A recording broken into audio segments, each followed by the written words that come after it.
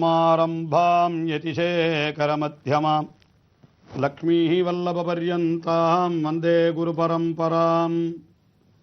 ஆழ்வார்கள் வாழி அருளிச் செயல் வாழி தாழ்வாதுமில் குறவர்தாம் வாழி ஏகழ்வாறுமுய்ய அவர்கள் உரைத்தவைகள்தாம் வாழி செய்யமறை தன்னுடனே சேர்ந்து.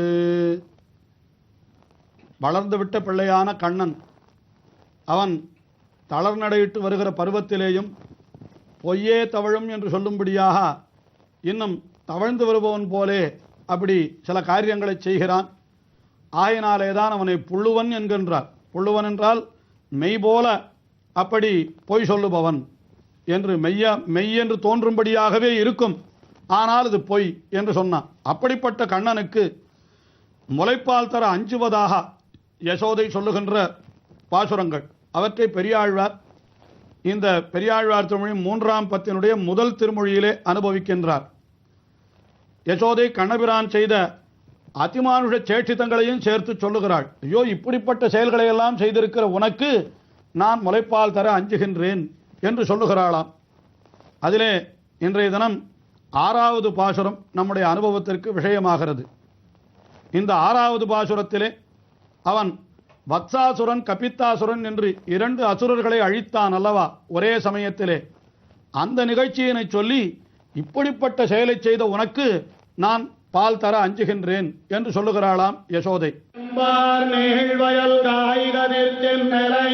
கத்தானிலை மண்டித்தின்னா விரும்பாக கண்ணொன்று கொண்டு விளங்கனி வீழ வெறிந்த பிரானே கண்ணியொரத்துக்கு சோழ்வலை வைத்த திரையான் அனம்பா உன்னை அறிந்து கொண்டேன் உனக்கஞ்சுவன் அம்மன் தரவே.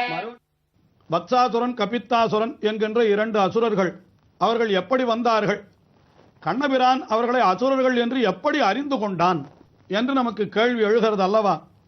அது இந்த பாசுரத்திலே நமக்கு தெளிவாக உணர்த்தப்படுகிறது. என்ன தெரிவிக்கிறார்? கரும்பார் நீழ்வயல் காய்கதிர் சென்னலை கற்றானிரை மண்டித்தின்னா.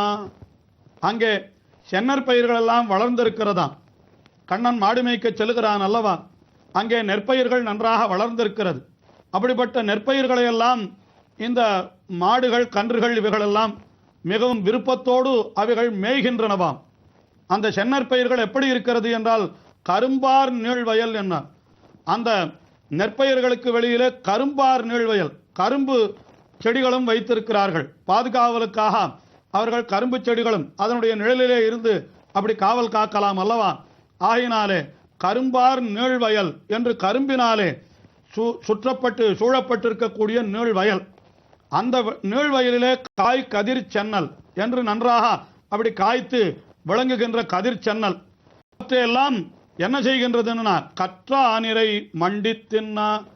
அப்படி கன்றுகளும் ஆனிரைகளும் மண்டி தின்ன நன்றாக விருப்பத்தோடு அவர்களையெல்லாம் மேய்ந்து கொண்டிருந்தனவா. அப்படிப்பட்ட அந்த கன்று கூட்டங்களின் நடுவிலேதான் கம்சனாலே ஏவப்பட்ட ஒரு அசுரன் வந்தான். அவன் என்ன செய்தான் என்றால் அவனும் ஒரு கன்றினுடைய வடிவை எடுத்துக்கொண்டு அந்த கன்று கூட்டத்திற்கு நடுவிலே இருந்து விட்டான். ஆனால் அவனுடைய நோக்கம் இங்கே இந்த பயிரை மேய்வது அல்லவே.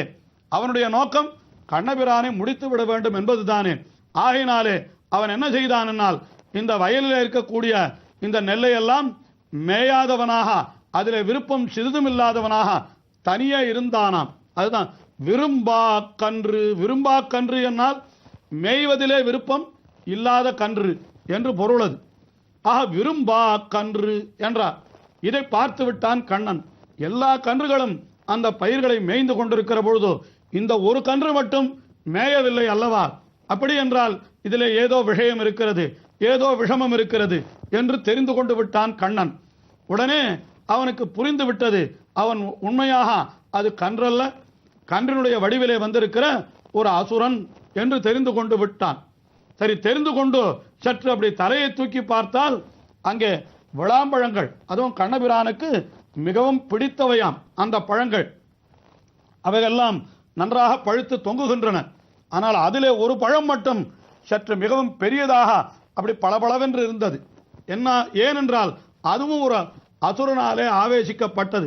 பார்த்தான் கண்ணன், ஓஹோ, இதுவும் உண்மையான பழமல்ல, இது ஒரு அசுரனுடைய ஆவேசம் பெற்ற பழமாக அப்படி இருக்கிறது என்று தெரிந்து கொண்டான். சரி, இருவரையும் ஒரு சேர முடித்து விடுவோம் என்று என்ன செய்தான்? அந்த விரும்பா கன்று மேய்வதிலே விருப்பமில்லாமல் தனியே நின்று கொண்டிருந்ததல்லவா, அந்த கன்றை எடுத்தான் அந்த விலங்கனி மீது எரிந்தானாம். இருவரும் சேர்ந்து கீழே விழுந்து மாண்டு போனார்கள் என்று இவ்வளவுதான் சரித்திரம் சொல்லப்படுகிறது. விரும்பா கன்றொன்று கொண்டு விலங்கனி வீழ எரிந்த பிரானே என்று இப்படி அந்த விலங்கனி வீழும்படியாக எரிந்தவன் அல்லவா நீ? எப்படிப்பட்ட அதிமானுஷமான சேட்டிதம் இது! நீ கன்று மேய்க்கின்ற பருவத்திலேயே கூட உண்மையான கன்று எது, அசுராவேசம் பொருந்திய கன்று எது என்று நீ தெரிந்து கொண்டது ஒரு அதிமானுஷமான செயல். அதற்கு மேலே அவர்களை மாய்ப்பது எப்படி என்று அதற்கும் நீ வழி கண்டுபிடித்து ஒன்றை கொண்டே ஒன்றை முடித்தாய். என்னால் இப்படிப்பட்ட மனித செயல்களுக்கு மீறிய செயல்களை எல்லாம் செய்கின்ற உன்னை கண்டால் நான் அஞ்சுகின்றேன் என்கிறாளாம் யசோதை. அது மட்டுமா, இதற்கு பிறகு கண்ணன் என்ன செய்தான் என்றால், சுரும்பாறு மென்குழல் கன்னி ஒருத்திக்கு, இப்படித்தான் வீரச் செயல்களை எல்லாம் செய்து விட்டான் அல்லவா. இந்த செயல்களை செய்து அங்கே ஒரு கோபிகை இருக்கிறாளாம். அவளை சொல்றார், சுரும்பு ஆர் மென்குழல் கன்னி என்று. வண்டுகள் எல்லாம் வந்து மொய்க்கும்படியான கூந்தலை உடையவளாம், மிக அழகிய பெண்ணாம் ஒருத்தி என்று சொல்லுகிறாள், இன்னார் என்று சொல்லவில்லை. அப்படிப்பட்ட கன்னி ஒருத்திக்கு என்ன செய்கிறான் கண்ணன்? சூழ்வலை வைத்து தெரியும், அவளுக்கு வலை விரிக்கிறான் என்கிறார். அவளையும் தன்னிடத்தில் ஈடுபடுத்திக் கொள்வதற்காக வலை என்னால் எது வலை என்னால் கார்த்தன் கமல கண்ணனும் நெடுங்கயிறு என்கிறாள் ஆண்டாள் நாச்சியார் திருமொழியிலே. அவனுடைய திருக்கண்கள் இருக்கிறதே அதுதான் வலை. அதைத்தான் நம்மாழ்வாரும் கூட அகப்பட்டேன் வாசுதேவன் வலையுளே என்று வாசுதேவன் வலை என்றும் சொன்னாரது. அகவலைப்படுப்பான் என்று அந்த கண்களாகிற வலையிலே வலைப்படுப்பான் என்றும் நம்மாழ்வார் அருளி செய்கிறார். ஆக இப்படியெல்லாம் தன்னுடைய கண்ணாகிற வலையை இட்டு அந்த பெண்ணை அவன் மயக்கி கொள்ளுகிறானாம். அதைத்தான் சுரும்பார் மென்குழல் கன்னி ஒருத்திக்கு சூழ்வலை வைத்து தெரியும் அரம்பா. அரம்பா என்னால் விஷமக்காரனே, தீம்பு செய்பவனே என்று அர்த்தம். இந்த பதிகத்திலே அன்னே உன்னை அறிந்து கொண்டேன், அப்பா உன்னை அறிந்து கொண்டேன் என்றெல்லாம் வருகிறா போலே, அரட்டா உன்னை அறிந்து கொண்டேன் என்று சொல்லுகிறா போலே, இந்த பாசுரத்திலே அரம்பா உன்னை அறிந்து கொண்டேன், உனக்கு அஞ்சுவன் அம்மன் தரவே, உனக்கு நான் அம்மன் தருவதற்கு முளைப்பால் தருவதற்கு மிகவும் அஞ்சுகின்றேன் என்று யசோதை இந்த பாசுரத்திலே தெரிவிக்கிறாளாம். அடுத்த பாசுரம் என்னன்னா, ஒரு பெண்ணை தன்னுடைய கண்ணாகிற வலையிலே அகப்படுத்தினதுதான் இந்த பாசுரத்திலே சொல்லப்பட்டது.